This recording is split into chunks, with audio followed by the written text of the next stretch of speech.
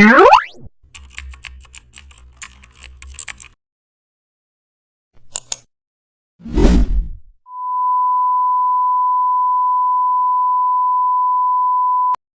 back to the channel. Don't forget to like, share and subscribe for more updates.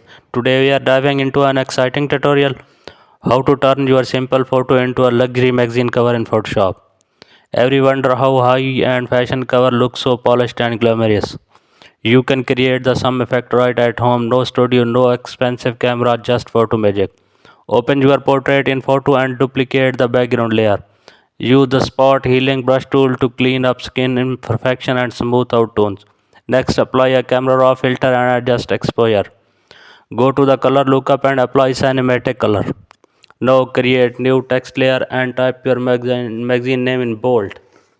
Use blending option bevel and emboss to give text a glossy embossed effect. Add smaller heading like the summer lookup.